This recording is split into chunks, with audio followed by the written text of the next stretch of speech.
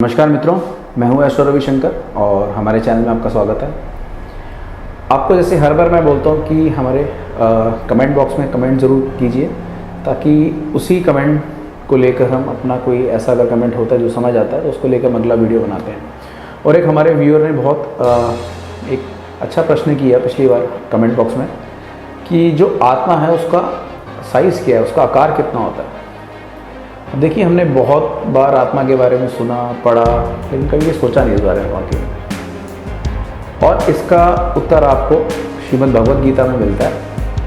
और गीता के अध्याय 2 में और 17वें श्लोक में भगवान कृष्ण ने बहुत अच्छी इसकी व्याख्या की है। और हमारी जो परसेप्शन है, हमारी जो धारणा, वो इस प्रकार है कि हो सकता है आत्मा उस इंसान के जैसी होती हो एकदम, या हो सकता है आत्मा बहुत बड़ी हो, हाथी जैसी होती हो। और मान लीजिए यदि हाथी जितनी होती है तो वो चींटी में है अगर, तो फिर वो छोटी कैसे होगी। यदि चींटी में है तो फिर वो हाथी में बड़ी कैसे होगी। और यदि चींटी में छोटी है तो फिर वो अणु के समान जो बैक्टीरिया होते हैं उनके अंदर कैसे चलेगी वो। ऐसे सूक्ष्म जीव भी होते हैं। तो इसका मतलब अगर सूक्ष्म जीव में भी आत्मा विद्यमान है तो उसका साइज ही बहुत सूक्ष्म होगा। और यही भगवान कृष्ण ने श्रीमद् भगवद गीता के अध्याय 2 17वें श्लोक में बताया। और उन्होंने इसको अणु आत्मा बोला। उन्होंने कहा अणु आत्मा 5 प्रकार के प्राणों में हृदय में तैर रही होती है। अणु आत्मा 5 प्रकार के जो प्राण हैं, प्राण, अपान, व्यान, समान और उदान, ये 5 प्रकार के जो प्राण है इसमें ये तैर रही होती है हमारे हृदय में। और ये हृदय के भीतर स्थित है। और देहधारी जो जीव होता है उसके पूरे शरीर में अपने प्रभाव का ये विस्तार करती है। देखिए कितने अच्छे से समझाया उन्होंने यहाँ पर।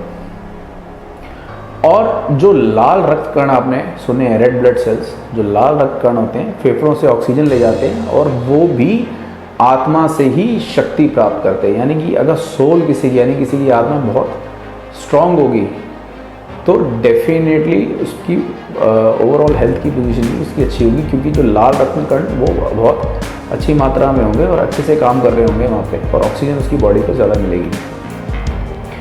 और जब ये आत्मा उस शरीर से निकल जाती है तो जो रक्तोत्पादक संलयन होता है, यानी कि जिसको फ्यूजन कहते हैं, वो बंद हो जाता है।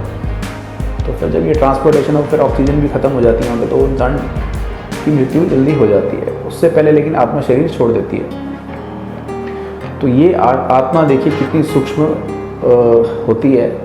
और एग्जैक्ट साइज उन्होंने इस तरीके से व्याख्यान किया भगवान कृष्ण ने कि यदि आप अपने एक सर का बाल तोड़ लो, एक बाल तोड़ लो, उस बाल की नोक के 100 हिस्से करो और उसमें से भी जो भी एक हिस्सा आया है उसके अग्रभाग के फिर 100 हिस्से करो। यानी कि पहले बाल तोड़ो, उसका जो अग्रभाग है उसका 100 हिस्से करो, और जो एक हिस्सा उसमें से भी जो प्राप्त हो उसके भी 100 हिस्से कर दो। तो इतनी सूक्ष्म वो आत्मा होती है। तो यानी आत्मा का साइज वाकई में बहुत सूक्ष्म है, लेकिन वो हृदय के भीतर स्थित है, 5 प्राणों में तैर रही है। और वो ही देहधारी जीव के पूरे शरीर में अपने प्रभाव का वो विस्तार करती है।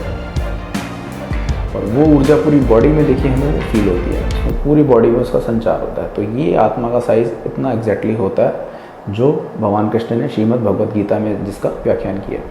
तो आशा करता हूँ मित्रों आपको ये वीडियो ज़रूर पसंद आएगा। और ऐसे ही कमेंट्स करते रहा कीजिए कमेंट बॉक्स में, और जो भी आपके मन में ऐसे प्रश्न हो वो ज़रूर हमारे से करें। और इसी के साथ ही मैं अपनी वाणी को विराम देता हूँ। अगले वीडियो में जल्दी मिलेंगे, तब तक के लिए नमस्कार।